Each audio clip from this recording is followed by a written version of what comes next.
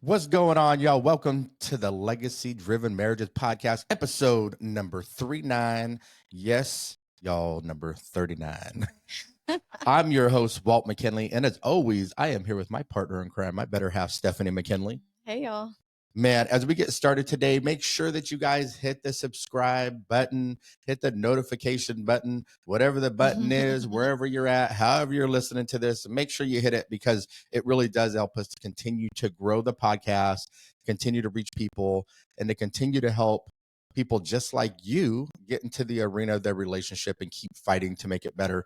And just as an antidote to that, I actually want to just say thank you to each and every one of you guys that come back every single week and listen and support the show. I got to tell you, for Stephanie and I, it means so much to us. Yeah, like Walt likes to say, that's our rocket fuel.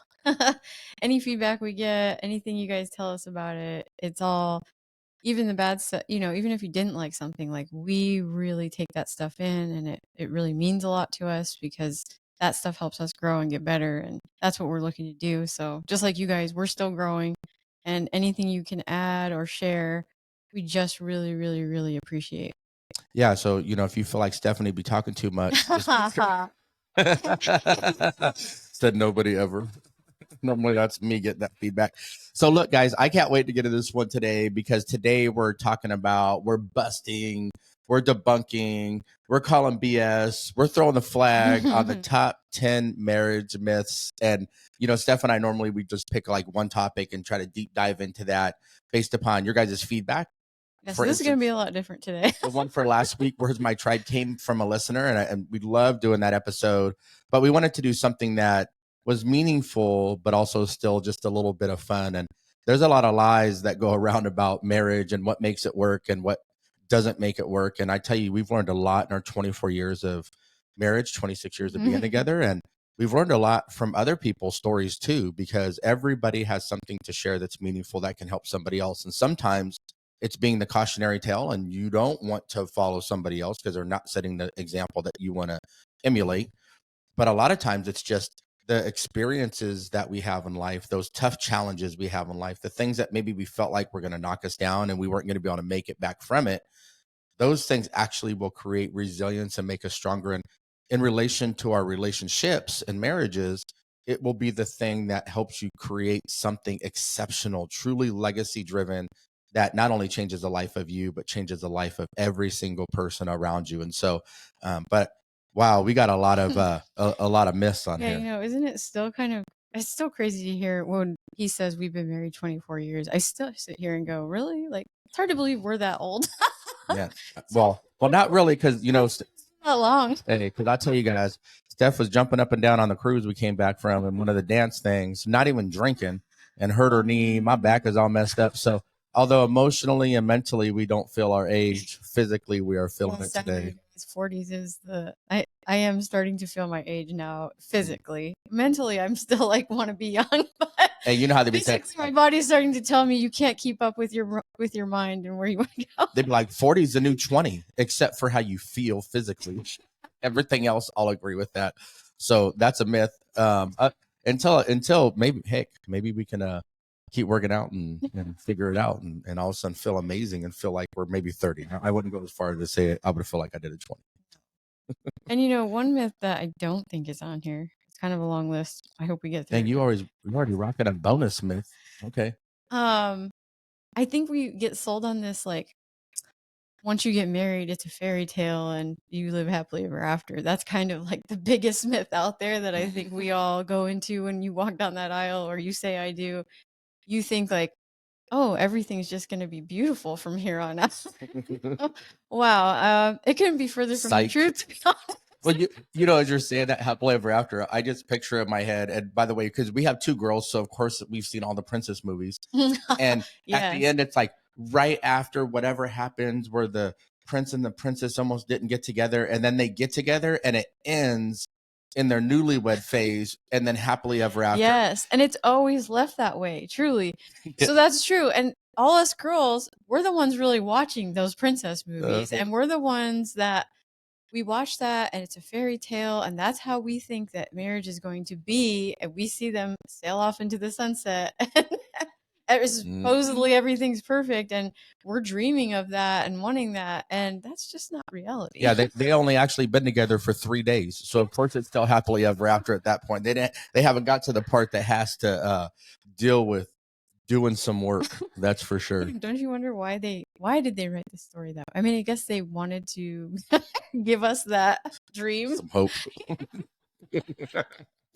Well, and I think that's what people want, though. That's what we dream of. And even guys, we want to have a happy marriage and a joyful marriage and exciting marriage and all these things that come with marriage that but we come with that big expectation. Well, right? And also, I think we come with this vision of what it is when we're in this puppy dog love stage of our relationship. But you guys know we talk about this every week in our own relationship. Marriage is work. I mean, heck, Stephanie and I, we got in a little bit of a disagreement, argument, whatever you want to call it, a couple days ago this week. I mean, that's marriage, y'all. That's what happens. It is not perfect. It is work, but man, it is truly extraordinary when you can really utilize some of these tools and you can realize some of these myths we're going to talk about today really do need to be debunked for everybody. And maybe there's some of these that you're hanging on to that you think it's going to be a certain way, and that's really a myth. And instead, if you just change your mindset about it, be willing to dig in and do the work on those things that'll help move that myth into a reality, you can transform your relationship in the progress. Yeah, so let's jump into this. The first one being, the myth is that love is enough. Let's be real, y'all.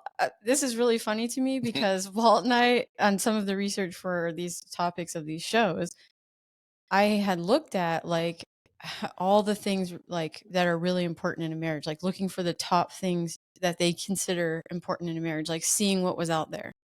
And one of them I pulled up was like, there was like 38 things, 38 different types of things. All the guys out there know that list was written by a woman, because guys would think of like 3 things: food, sex, and back tickles. I know, it's really true. This is really funny because I do think about a man, and in theory, it's simple to please a man. And I would definitely say those 2 things, sex and food. If you supply a man with those 2 things, they're going to be pretty happy. Problem is, women are not that simple, and when a woman is not satisfied, then she's not going to do those things. And well, that's why men are from Mars and women are from Venus. Y'all know how it goes. Women are super complicated. So, all right, we got sidetracked. Let's get back into love, the myth of love is enough stuff. So, anyway, they say the reality is that love's essential, but a successful marriage also requires effective communication, trust, and effort. And I do agree, communication being the top one for sure. Every time we consider that the same. And honestly, I mean, really, you need all those and more. Love is definitely not enough. Love will only go so far, and love is a choice, not a feeling or an emotion. That's something that I'm always trying to debunk, is that just I consider love a verb. It takes action. You have to actively be doing and trying to be love. You can't just expect that love's going to happen, or it's just this feeling you have. It's not. Yeah, it trips me out too, Steph. And we've done it to each other also, and I know you guys listen, and you guys have done this with your partner too. You're expecting all this love, whatever that vision of love is for you. But yeah, and this is why that third piece of this is that effort word is so important in this but we don't even put the effort in that we would want our partner to reciprocate. But we're expecting them to do that for us anyway. And it's, man, when you reach a point in your relationship when you're not trying anymore, the fact that you guys have loved each other and the fact that you've been together for decades maybe isn't going to be enough to keep you together. Love really takes intentional work all the time. Well, and like you said, the puppy dog phase, I think, we get caught up in that's what love feels like, and you get like, and you start to think that that's what love really is. Well, it is, and that's generally the thing is, at the beginning when you're feeling that, that's when you're both actively giving love, and so it's working really well, and you're in this great cycle. It's when someone or both of you start to stop doing the things that are required for love to keep going, and that's where, well, it's like the new love. The new love Mhm. doesn't include life stress, Well, that's doesn't where you get on include. that high of the emotion. Well, it's almost like because all the life stress that you have in those moments, you're escaping to the new love with that person. So that new person and that new love is an escape for you from the realities of the pressures of everything else you have. So when that person becomes more part of your life and it's more comfortable for you, and you still have the pressure and the newness is wore off, that's when the love really starts to take more effort and some more intentionality to keep it alive and thriving. Ooh, man, I don't even know where that just came from. Look, so we're gonna move on to number 2, and that's happy couples don't fight. Bull crap. I'm calling BS on that. Throwing the flag, 15-yard penalty. Look, I'm telling you, if you find a couple that doesn't fight, they're miserable. Because Well, no, they're lying. yeah, true. Facts. And they're miserable because you need to be honest with yourself in your relationship too. And here's the thing: all couples have disagreements. You guys, I was joking at the beginning. Steph and I literally just had a disagreement a couple of days ago. That was yesterday. Was it yesterday? No, it was Monday. No, it was during the marriage group day. See, look, we're disagreeing on what day it was on. I'm sure it was during the day we went to the marriage group. So we're in a 14-week so marriage that's right. workshop. Monday. So 2 days ago. Boom. Did you hear that? I'm right. So look, all couples have disagreements. What's the truest form of this, though, and the way that you really move past it is how do you treat your partner during those disagreements? And this can be really hard when you're triggered or you're emotional or you're frustrated or you're annoyed or you're angry or all these other emotions that we come up with. Do you give your partner the same grace that you would want? And are you willing to even say, and we heard this in our marriage workshop this week, not just I'm sorry, but it's my fault. Well, yeah, I love that part. But they said instead of saying I'm sorry, which kind of feels like you're just excusing it, or, it's just kind of flippant, you say I was wrong Oh, and you that's what it was. forgive me. I was wrong. That's you taking ownership and admitting fault. Not that's more true to it than just saying I'm sorry. And by the way, typically a disagreement in a relationship, those are things, if you don't deal with them, the resentment trickle starts, right? Ends up being a fire hose. So you have to deal with those things before it ever becomes this huge emotional moment. But being able to say, I was wrong and own your piece of that disagreement, or maybe the way you reacted, maybe the way you walked away, or maybe the way you didn't react at all, or maybe the way you just had apathy in the moment, or maybe the words that you use or the tone that you use, being able to say, own that piece of that pie will open up the door for your partner to do the same. And maybe that doesn't happen right away, but you're going to continue to fight and have conflict over these things that you don't have conversations around.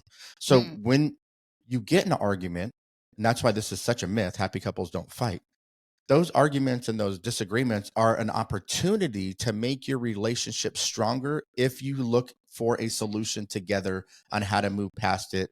And both of you guys are willing to compromise on the thing that needs compromise. Yeah, the only thing I'm going to add is it kind of you started to talk about was fighting fair. And by that we mean like you're not trying to win the argument, you're trying to reach a solution. That's the biggest thing I think we've taken away and learned about when you do fight in your marriage, we should be seeking the solution, not somebody winning. I want to add one more thing to that because we did a whole episode on this too. If you win, your spouse loses. If anybody in your relationship loses, the team loses, your family loses, your marriage loses, your relationship loses. And if you've ever watched a football game or basketball game or sporting event and you see two players on the same team arguing on the same side, typically that team is about to implode. They're definitely not going to win the game. And somebody may get traded or somebody may get moved away. Nobody wins in an argument. The thing that wins is love and compromise and the marriage first and always first. Absolutely. Okay, so number 3, the myth is marriage will complete you. Straight The Jerry Maguire. reality marriage should enhance your life, but you should still find happiness and fulfillment within yourself. And yes, I absolutely agree that if you're waiting or feeling like marriage is going to complete you and that person is going to make you happy, oh, you're really setting yourself up for failure and disappointment big time. You have to be able to be happy within yourself, or you will never be happy, period. I mean, it doesn't, someone else is never going to fulfill you. They can't do that. You have to be able to find that on your own. Marriage will enhance it. It can enhance it. And hope, and that's the goal. You want it to enhance your life. But it's not going to be the thing that enhances you. So if you weren't happy to begin with, don't expect that marriage is going to make you happy. You know, when I read this one first, I started laughing because I'm thinking of the Jerry Maguire movie, you know? Oh, yeah. And they're split up, and then he's all frazzled, and, you know, they really love each other. The famous And they line. just let pride, and he busts through the door, and there's all these ladies in there, and he's like, I don't care who's here, you complete me. And it's like, oh, love, and then happily ever after, right? Which is, come on, y'all, come on. If you're looking for your spouse to complete you, you're always going to be incomplete. It is your responsibility to complete yourself as a human being. And like Stephanie said, your spouse can help enhance you. Your spouse can help improve you because hopefully the compatibility, you guys grow together over the years, but your spouse is not responsible for your happiness and you're not responsible for theirs. If you're not happy, figure out why. Yeah. And stop looking at them with the magnifying glass, feeling like it's their fault. There's something deeper you're not being self-aware enough to dig into, or you're not willing to dig into. And so it's easy to cast blame on somebody else. You need to focus on completing yourself first. And when you've done that, what you can bring to your relationship is super profound, and what your spouse will bring to the relationship is super profound. That's how you become a power couple, but it really starts with you guys as individuals. So, all right. So let's move on to the next one. The honeymoon phase lasts forever. Man, we kind of just went over this, right?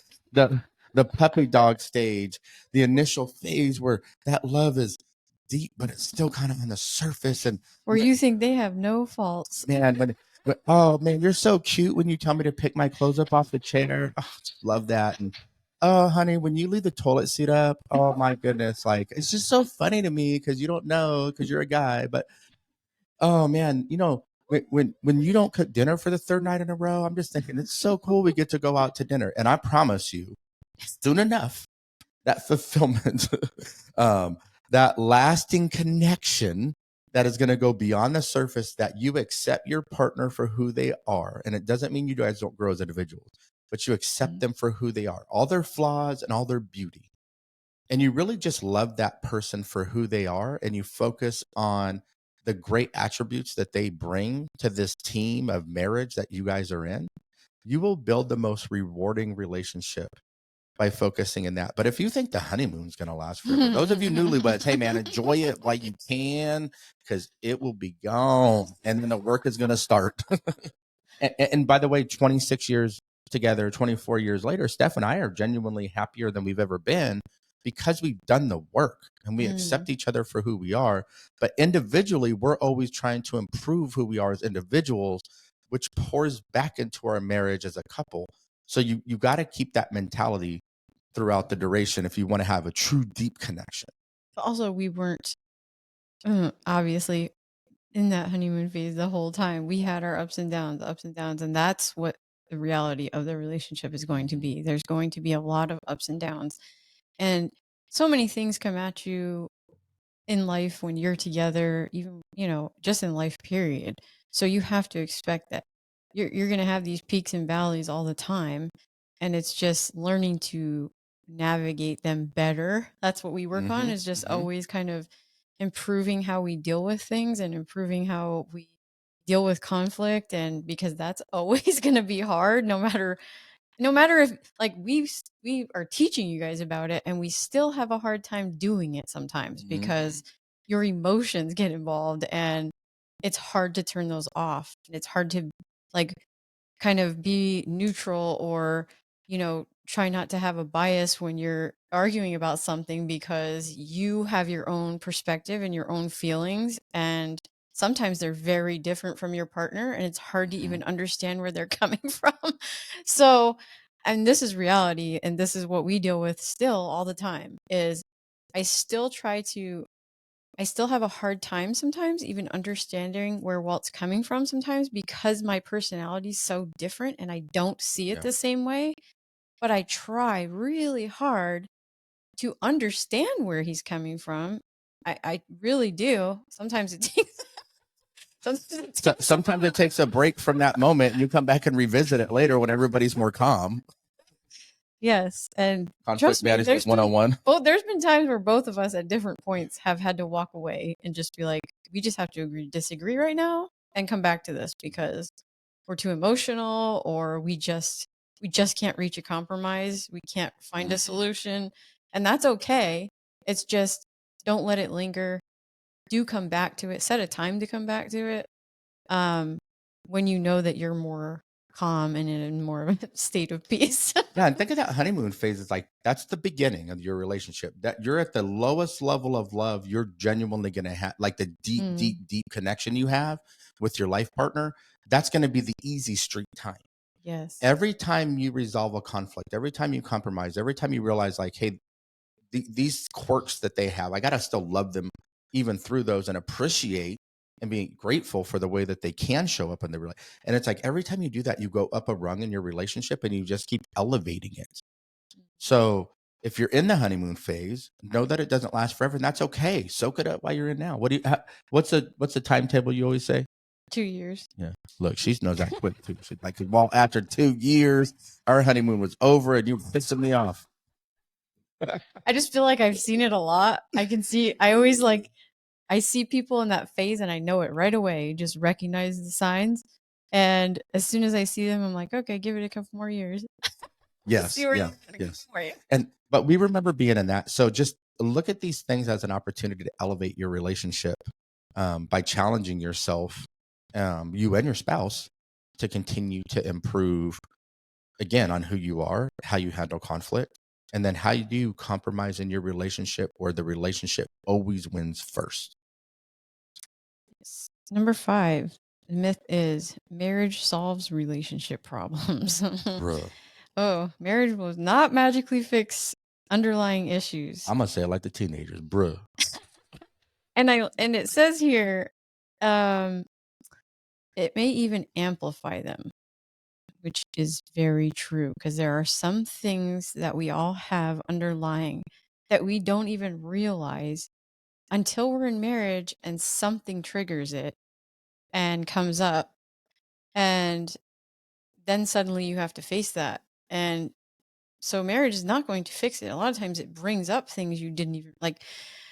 God, I gotta tell you, there's so many times where it's like, especially in parenting, because Oh man. you really don't find out until you start to parent kids how differently, like, especially if you were raised in 2 different households and now you have to try to raise your kids having these different points of view and you don't agree on how you want to parent them. Mm-hmm. And we see it all the time. We have a lot of couple friends that um this stuff starts to really become an issue. I say even more sometimes just in marriage, but a lot of times with the parenting aspect. Yeah, I think finances, parenting, communication styles, emotional maturity, experiences, good, bad, or indifferent that you had in your life that it shape you. There's people we know that are close to us that felt like if they got married, things would be fixed later that are now divorced. There's people that are struggling in their marriage that we know that felt like if they just got married, they could work it all out later. No, you have requirements as an individual human being for who you are. You can't just avoid the red flags thinking that they're just going to magically correct themselves along the way. You got to have the radical conversations because once you're in the marriage, for better or for worse, till death do us part. The reason we see divorce is people don't go through these. They think marriage is going to solve and fix relationship problems, and they just don't. You have to solve and fix the relationship problem, not the marriage. But once you're in the marriage and you have kids, now you're stuck. Yeah. And that's how a lot of people feel. I feel stuck. We're staying together for the kids. No, work through the damn problems.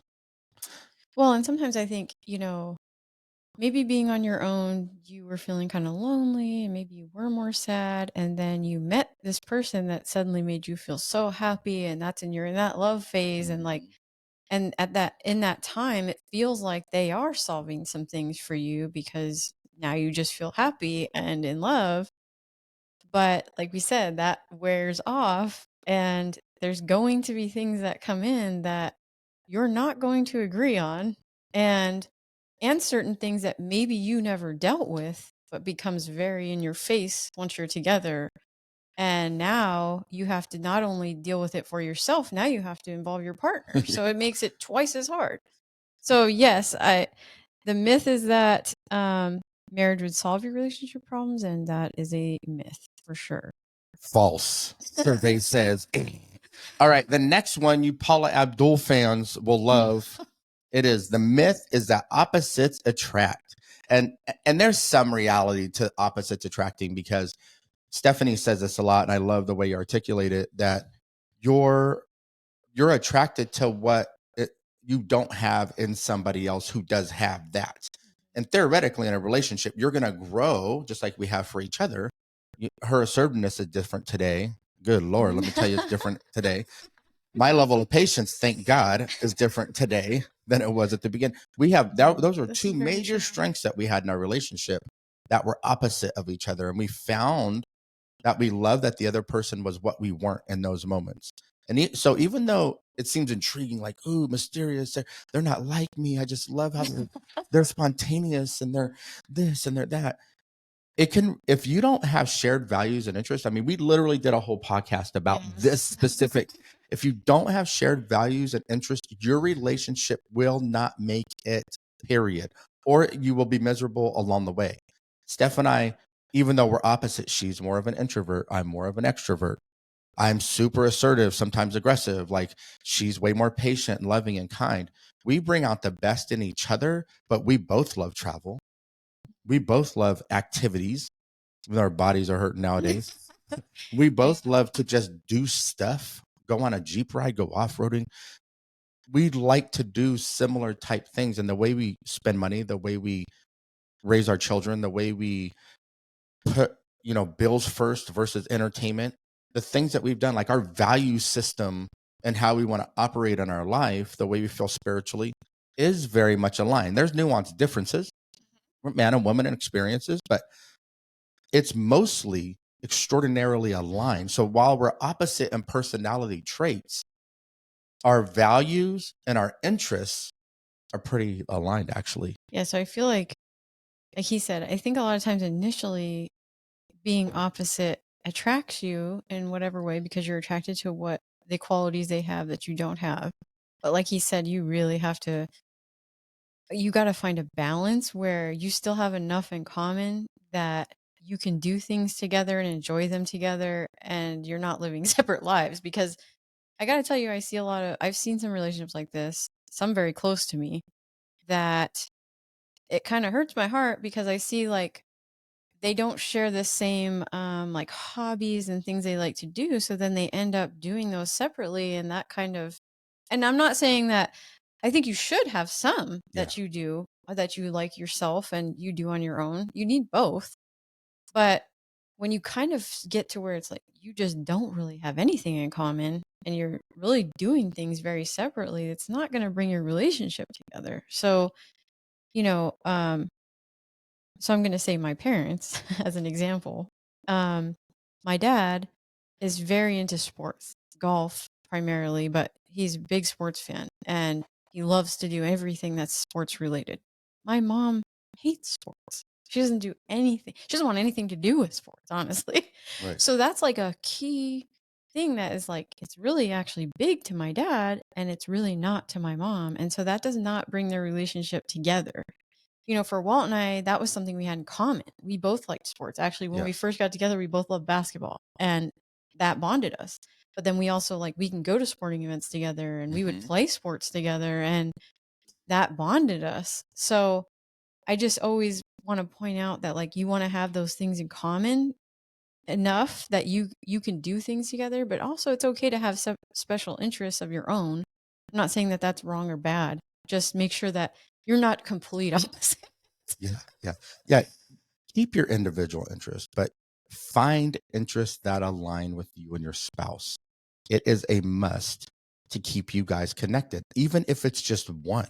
Find one interest that you guys can and do like you said, sorry, just real quick, that the important things too, like finances and parenting those values. and the core values and stuff you have, you really want to have that in common too. Yeah, for sure.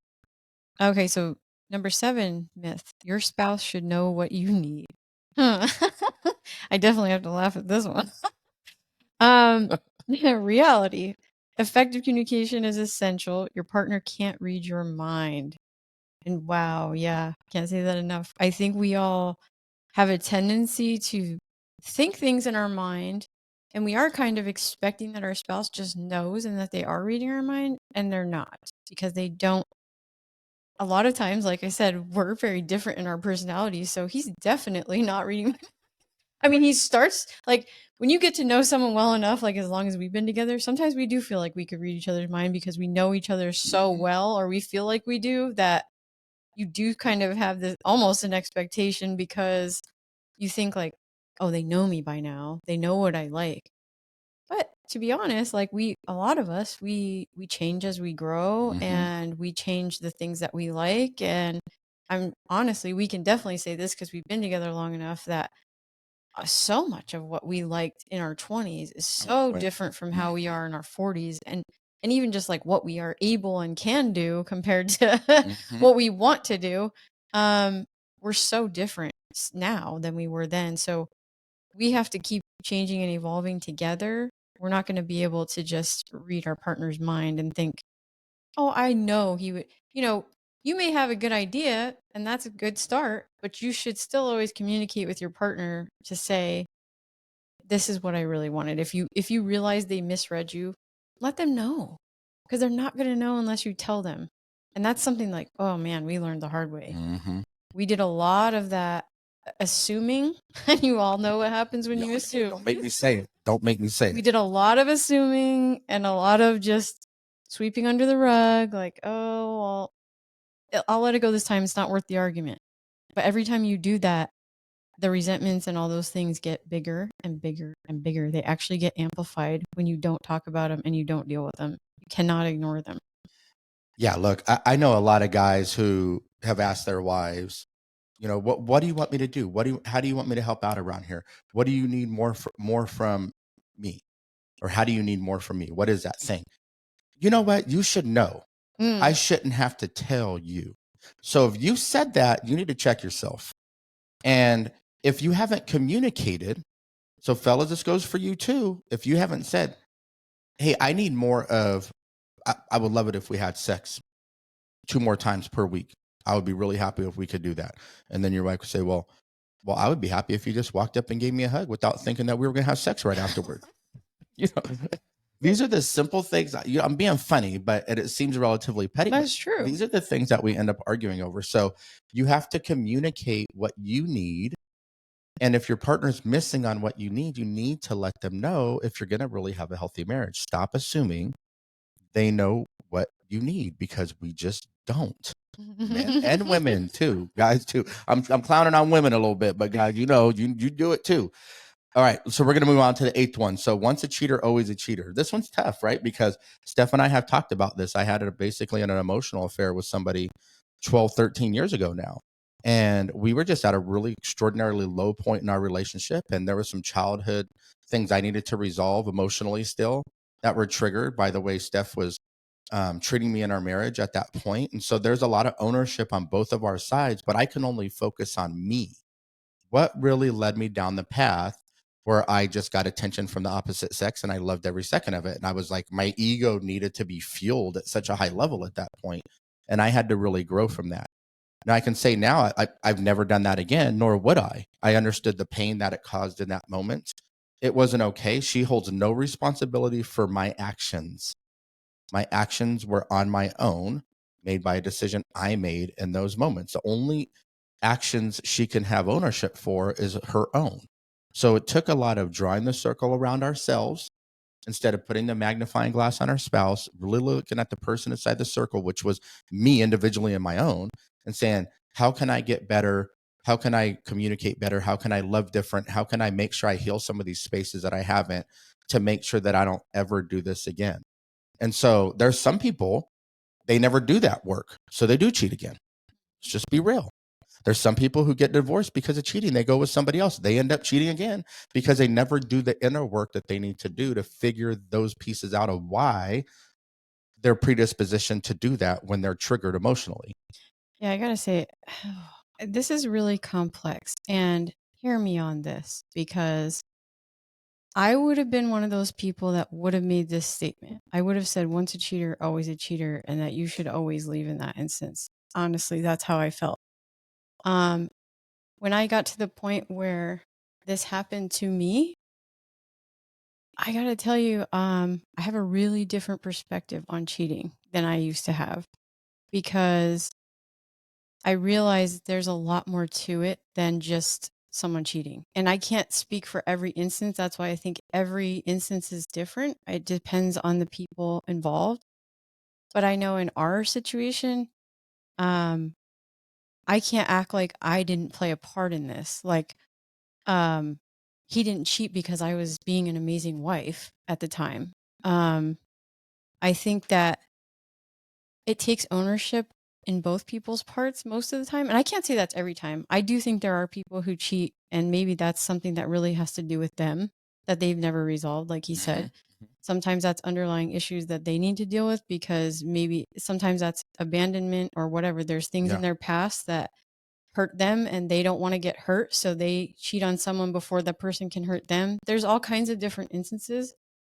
But I know, and this is where, like in the beginning of our marriage, we were still immature people. I mean, we were young and we didn't know how to deal with all this stuff that I had just become a new mother. I was struggling, really struggling at that time. And now looking back, I think I had postpartum depression, but I didn't really understand that or know what that was or how to deal with it. And neither did he. And I did go to him many times, like crying and trying to explain how I felt, but he was just not going to understand it, because you just don't know unless you're in that position. And I didn't know there's like a physical thing that happens to you or your hormones crash. And that happens really to every woman who has a baby. I didn't know any of this. And I didn't know how to communicate it to him. I didn't even know how to deal with it myself, but I know that I was shut down emotionally because I was struggling just to survive day to day. And I didn't have anything to give. And so I know I wasn't giving him what he needed. And as a result, when someone else was giving him attention, he went, so it's like I understood it after that, but it took a lot to get there. And I just want to teach people to have an open mind on this one, because a lot of people, there is a label: once you're a cheater, you're always a cheater. And that they get labeled that way. And people treat you a certain way if they find out you cheated, and it's an immediate reaction. And I've come to learn that I try not to do that anymore. I try to really hear both sides, or never jump to a conclusion that the person that cheated was necessarily in the wrong or did something bad. Generally, it takes both people. And I just hope that you all take that away from this. Yeah, I want to say just one more little quick piece on that. That doesn't mean be a doormat. That doesn't mean you just keep forgiving and forgiving and forgiving. Right. And by the way, when you forgive, it's really just you giving that pain to God, and then God will sort that out. So don't be a doormat, but also own your piece of the pie and how things got to where they're at now. If you're struggling in your relationship around this specific topic, because I'll tell you, we've known other people where things have happened and they're still together today, and they haven't, as far as we know, cheated again either. It just, their relationship was on the rocks. They made some mistakes. They decided to fight for their relationship. They moved forward. Few kids for the different couples we know in this. Few kids later, another 15 years of marriage later, they're still together and they're happier than ever. Yeah, You I have gotta to tell be you, willing to fight. also, I want to say, if infidelity has happened in your marriage, it is recoverable. You don't have to just be like, we're getting a divorce, because you really need to examine your relationship and really work through with your partner, because a lot of times we know several couples that has happened and they've gone on to have successful relationships and they're happier than ever, including us. So just want you to know, if you're in this place, like, and you might think it might be happening, or there's hope. I just want you to know that. And this is how we get raw, real, and unscripted on this show. We let it all out. Anyway, that's a big one. I just wanted you guys to take that away. So number 9, the myth is marriage should be 50-50.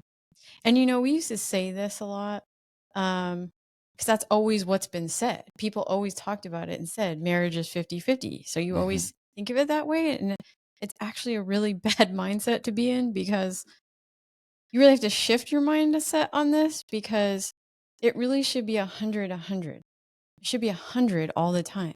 You should just always be giving your all to the relationship, because there's going to be points where one or both of you can't give. Yeah. Your 100% of what you got is maybe like 50% of your norm. And this is going back to that one I'm talking about, where I was in that low point and that depression. I wasn't able to give my full percent that I needed to be giving. And that's where he would have had to step in and recognize it and try to help as best he can. And vice versa. That's happened other times where he's been at a really low point and I had to step in and do more or be more or whatever it is, because they're not able to give it. Like, he had a mental breakdown at work and he was not himself. And so you pick up the slack for your partner in those moments, and it will happen absolutely many times in your relationship. And this is the problem, is we have this mentality that is 50-50, but it's not. There are definitely going to be times where you can't give your all, and your partner is going to need to do it for you. And that's where a beautiful relationship happens. But it's recognizing that it's not always going to be 50-50. And when we do that, we set ourselves up for disappointment. We have expectations that, this is where we start keeping checklists and keeping score and saying, well, I did this, this, and this, so that means you should do this, this, and this. And when they don't do that, now I'm pissed off and I'm mad and I'm disappointed, and I start taking it out on them, or I hold resentments because I'm thinking they need to do the same as me. It's never going to be equal. Yeah, or it's transactional. Okay, you did the dishes, check, we'll have sex. Oh, you gave me a hug, check, I'll tickle your back. Oh, you mowed the lawn, check, I'll do this for you. And it just becomes this transactional relationship back. And trust me, we've been there. We did that for a long time, and that's where our relationship ended up at the cheating and almost ended because we were doing that. And that's why this stuff is relatively easy for us to talk about, because we don't hide secrets. It's like 8 Mile, where they're like, tell those people something they don't know about. If somebody's going to talk about us, they're going to talk about us anyway. But man, when you can strip away those shame or those secrets that people hold on to, you're happier, which then translates into your marriage. And really this 50-50 mentality, it's more just about being committed to your marriage. And Brene Brown did a great talk on this, where she talked about her and her husband specifically would say, like, her husband would maybe have a really bad day at work and a lot of stress, a lot of struggle, something didn't go right. And he would come home, and instead of saying, out of that 100% that he normally would have to give because it's committed to his relationship, he'd say, hey babe, you know what? I only got 20% today. And she's like, oh, you know what? If our relationship's 100%, I'll take the 80% today. I got you. And she would pick that slack up for her husband. Vice versa, opposite. Hey, you know what? I only got 40% today. I got you, babe. I'm going to get this 60% because I'm committed to our relationship and to you. So stop looking at it from a 50-50 mentality and start looking at it from just a commitment to your relationship to be the best you, and communicate with your spouse. Yes, I was just going to say, communicate that. Right. When you're feeling like you're not having a great day and you're just irritable. Steph did this, like, I don't know, a couple months ago, where you're like, she comes to me and, like, I said something to her. She goes, I'm just really aggravated for no particular reason today. And I just feel like I want to get in an argument. I'm just letting you know now. And I'm like, Roger that. I'm going to go fishing or just I didn't go nowhere, but then I knew, right? I knew that, hey, I need to act more loving today, and I need to more than usual, maybe, right? And maybe I should make lunch for her today, because maybe that'll help that. And by the end of the day, she had kind of turned that around for herself, because we have bad days, we just don't stay in them, and we work to get ourselves out of them. That's what we've learned in our life, in our marriage, is you work to get out of these cycles that you're in. And she did by the end of the day. But if she wouldn't have communicated that with me, I could have said something to her at one point that maybe my tone sucked in the moment, and she could have came back at me. And next thing you know, and how the hell did we even get to this? Why are we even arguing over this thing that happened 3 years ago right now? But that's what happens because you think it's going to be 50-50. All right, we're going to move on to the last one. Number 10. Man, please on this one. Marriage is boring. Oh, please. Man, we have such a fun marriage. The marriage is going to be what you make of it, you guys. Exactly.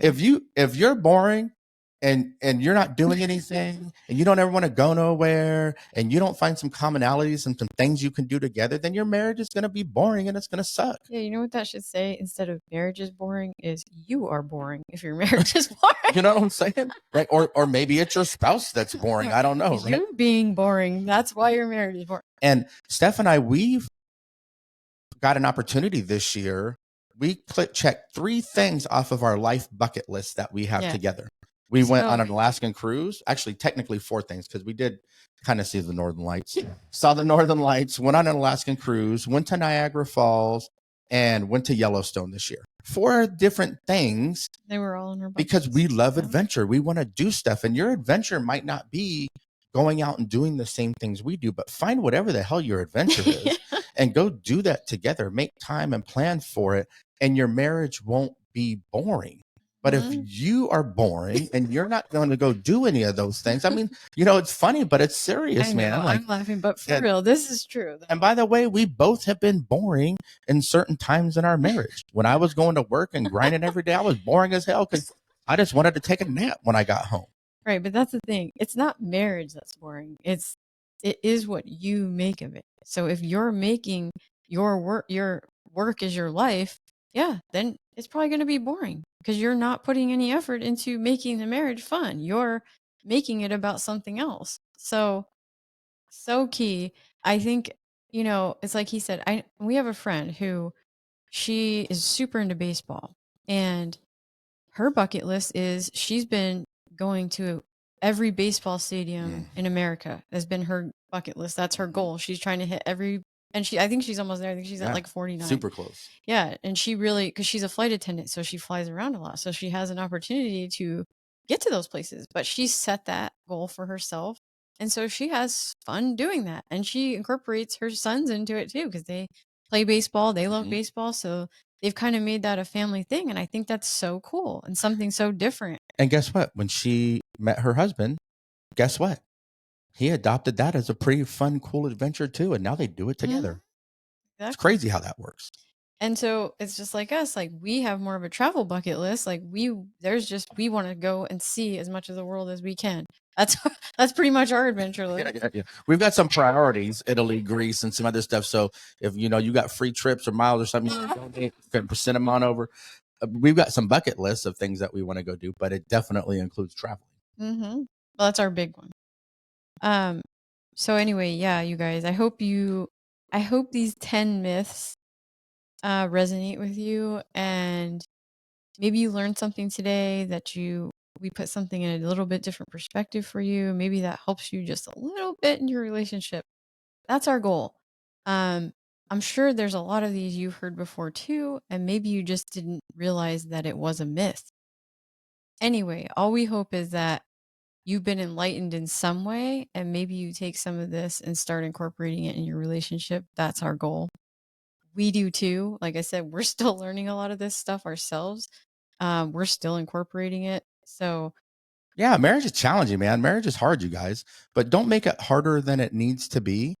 Really go all in and commit to your marriage in a different way. Realize that these myths, they're just the fairy tale that we're sold, or they're the negative things that society puts out. But we will create the life that we've always wanted if we're willing to do the work to create the life that we've always wanted. If you want something different, you have to do something different. Stop sitting around and waiting for this miracle to happen that's going to change your life and change your relationship. You got to be willing to do the work. So if you're sitting there and you've been on the cusp of, maybe I should do some of this work, or you know what, I believed in some of those myths. That makes total sense, the way that you guys debunk those. Then maybe it's a time to switch up what you're doing right now and be a little bit different for yourself and for your relationship, and then start to reap the benefits of that harvest. So right now you're in the planting season. Right now you're in the cultivating season. In the fall, you're going to be able to reap the crops that come from that harvest from the work that you're doing right now. So look, as always, guys, listen to this episode with your partner. We can't implore you to do that enough. It's like we're going through this 14-week marriage workshop right now because even though our marriage is amazing, we could still always get better. We're going through this 14-week marriage workshop right now, and we're learning and we're having conversations right now. And so listen to this with your partner. Let us open up communication between the two of you, maybe in some areas that you really wanted to talk about, you just didn't know how to approach. Also, join the Legacy Driven Marriages community. It's growing by the day on Facebook. It's really just about getting in the arena of your relationship with other people that are fighting for their relationship just like you are. So being around other people, like last week's episode, Where's My Tribe? The power of connection and being with other people in your same life space is really important. You can find us on every social media at Legacy Driven Marriages and on our website now at legacydrivenmarriages.com. And so we're really excited. We're excited to launch that. It's not quite launched yet, but we will be launching soon.